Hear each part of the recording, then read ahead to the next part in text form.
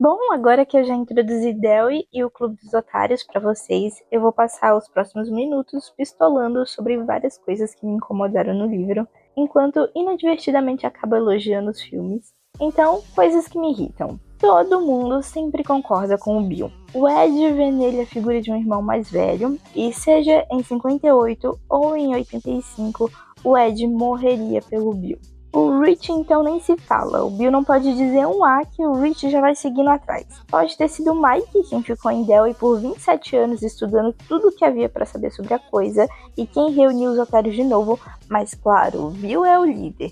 Todo mundo sempre concorda com ele, todo mundo sempre vai atrás dele. O meu problema não é particularmente com ele sendo uma figura de liderança, principalmente porque é condizente com a personalidade e história do personagem, mas me incomoda que ninguém sequer pense em questionar as decisões do Bill de entrar nos canos de esgoto ou de tentar derrotar a coisa com estilingue. O mais próximo de se ter alguma oposição a ele é o Stan, mas é menos sobre o Stan discordando do Bill e mais sobre ele surtando porque está com medo e acha que não vai conseguir fazer isso. Também temos uma cena com a Beverly, quando o Bill diz que ela não pode participar do ritual do buraco de fumaça porque ela é uma menina.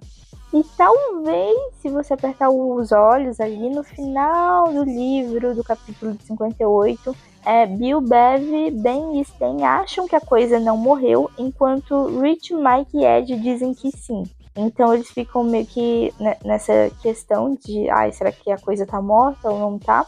No final eles acabam concordando com o Rich, Mike e Ed, vão embora. Só que a coisa realmente não estava morta, né? Só que o fato de, por causa disso, porque eles não mataram a coisa ali em 58. 27 anos depois eles têm que retornar para terminar o serviço. Isso nunca é entrado em debate. Nenhum deles, nem Bill, Bev ou Ben, que achavam que a coisa não tinha morrido, jogam na cara dos outros que, tipo, se vocês não tivessem insistido, talvez a gente não precisasse estar aqui hoje. Não tem uma discussão, não tem um conflito.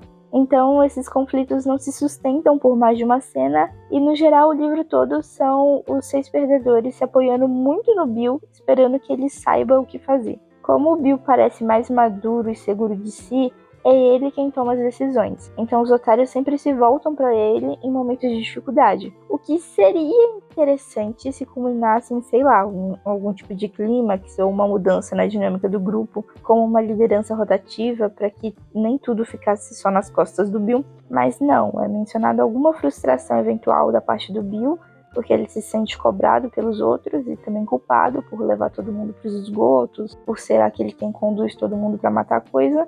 Mas são ali pensamentos que existem, que são mencionados, mas eles não chegam a interferir na dinâmica do grupo, eles não são postos para debate. O que a gente consegue ver no filme, o que eu acho que dá mais personalidade para os personagens, porque eles não ficam só seguindo o Bill que nem os cachorrinhos, eles são indivíduos próprios com discordâncias e, bom, torna mais real, mais palatável a dinâmica deles.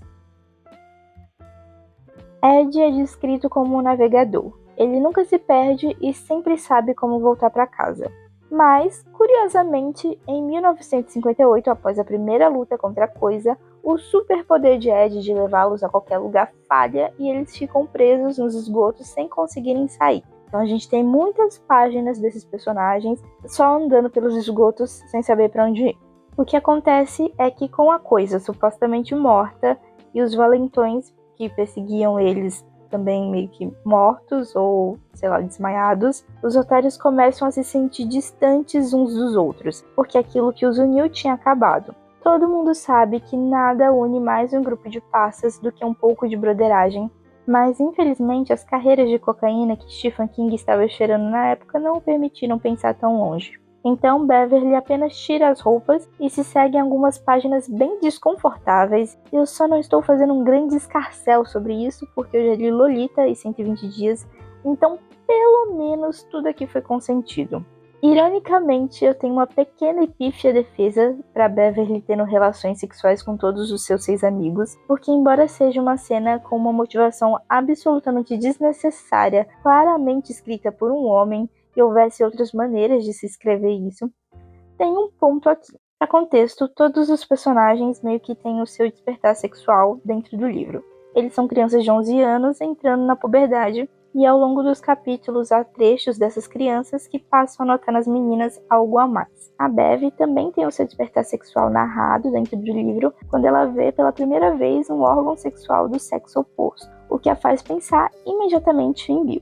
Assim como os meninos, quando eles têm esse despertar, esses primeiros pensamentos voltados para algo mais sexual, eles pensam na Bev. Só que, como se trata de uma garota e porque o mundo odeia as mulheres, os pensamentos em sequência da Beverly não são como dos meninos. Enquanto o Ben pensa em beijar a Beverly e o Rich pensa sobre como é bom olhar e estar com a Beverly teme por sua segurança, porque os próximos pensamentos que ela tem são o medo de ser abusada por Henry Bowers e Patrick, mesmo sem sequer entender o que é uma relação sexual direito. Conforme a Beverly cresce, o seu pai começa a se preocupar mais e mais com ela. Ele passa a representar uma ameaça cada vez maior também. Ele passa a tocá-la mais vezes e a Bev começa a se sentir mais desconfortável com todos os olhares que recebe, tanto dele como de outros personagens. Seu corpo está se desenvolvendo e ela passa a ser encarada de forma sexual pelos adultos ao redor. O que também não muda nos próximos 27 anos, considerando que Beverly sofre assédio constantemente,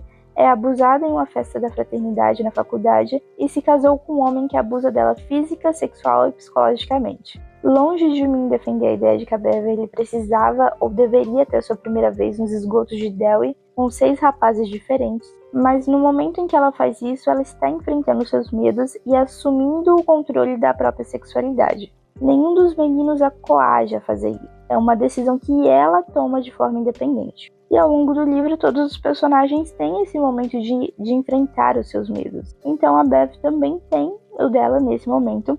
E embora ela amasse o Bill um pouco mais do que todos os outros, ela mantém uma relação de afeição por todos os meninos do clube, da mesma forma que todos a amam à sua própria maneira. Mike um pouco menos e Ben um pouco mais, mas eles possuem um vínculo verdadeiramente profundo, forjado por uma situação atipicamente intensa e íntima que faz com que ela tome essa decisão.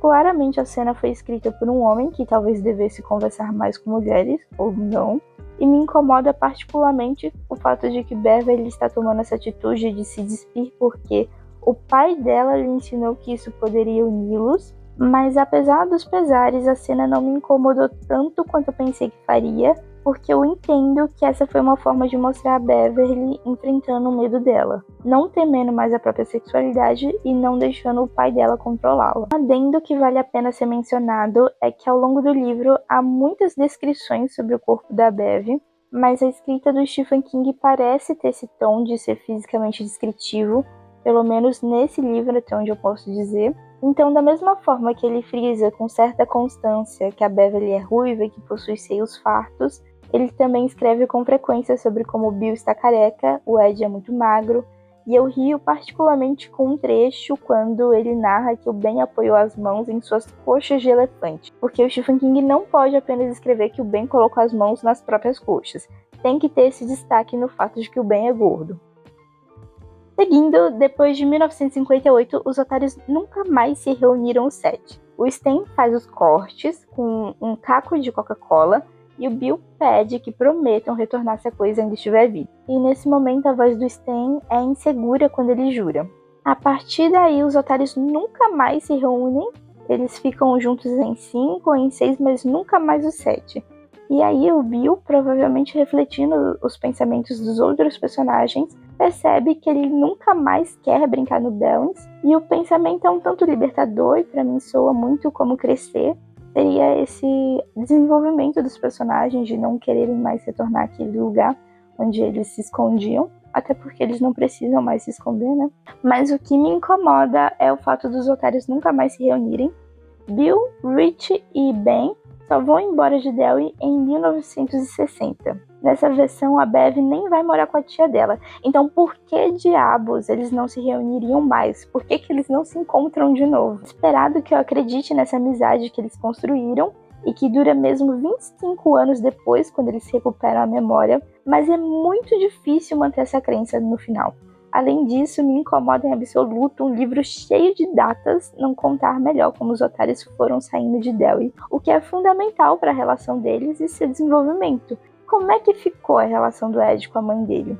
Os otários continuaram a sofrer bullying agora que todos os seus valentões estão praticamente mortos. O pai da Bev morreu, ela ficou morando só com a mãe. O que diabos aconteceu após 1958, além do fato de que todos ficaram misteriosamente ricos? E aqui tá um pequeno detalhe que me fez questionar se Stephen King sabe o que é uma amizade de verdade, porque é para eu acreditar que esses 7 personagens, né, quando eles são adultos são 6, esses personagens eles são muito amigos, eles se amam incondicionalmente. Então o Mike, na reunião do Jade, nota curiosamente que todos os otários ficaram ricos. Ele diz que o sucesso deles deriva do que aconteceu em Delhi, 27 anos atrás. Então o Mike diz ali na mesa para todo mundo ouvir que ele ganha $11 mil por ano. E também nenhum deles nega que declara menos do que $90 mil de impostos de renda no ano. Mesmo assim, mesmo sabendo que o Mike é apenas um bibliotecário, enquanto o Bill está fazendo 20 mil apenas com a primeira versão do seu roteiro original e que o Ed comprou uma casa de $200 mil, mesmo assim, eles deixam o Mike pagar a conta do restaurante deles. O que pra mim é extremamente cômico e que bando de babacas também, porque, nossa, essa parte deles serem ricos é apontada, mas não é aprofundada, assim como o fato de que nenhum deles consegue ter filhos. Então Bill, Stan, Ed e Bev encontraram problemas para engravidar, enquanto Rich, que não queria ter filhos, chegou a fazer a vasectomia.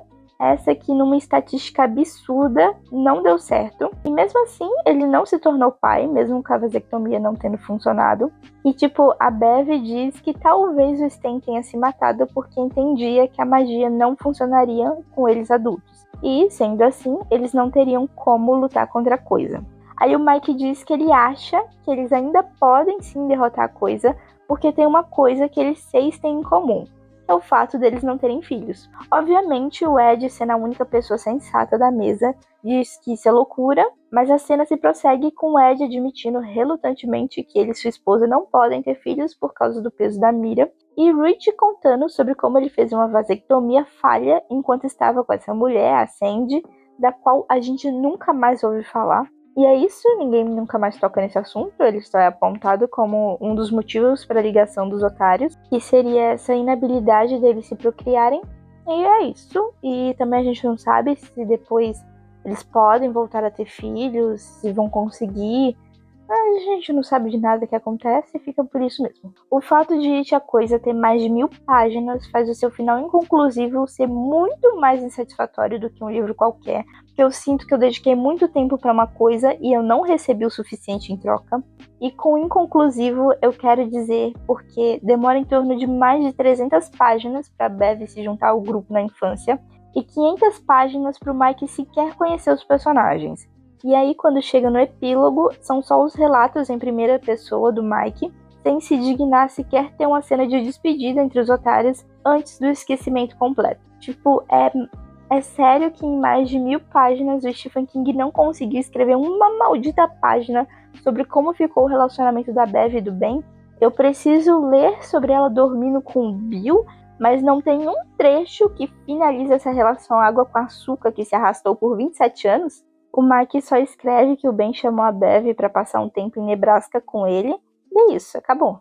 Literalmente não tem uma única cena deles dois adultos sozinhos conversando.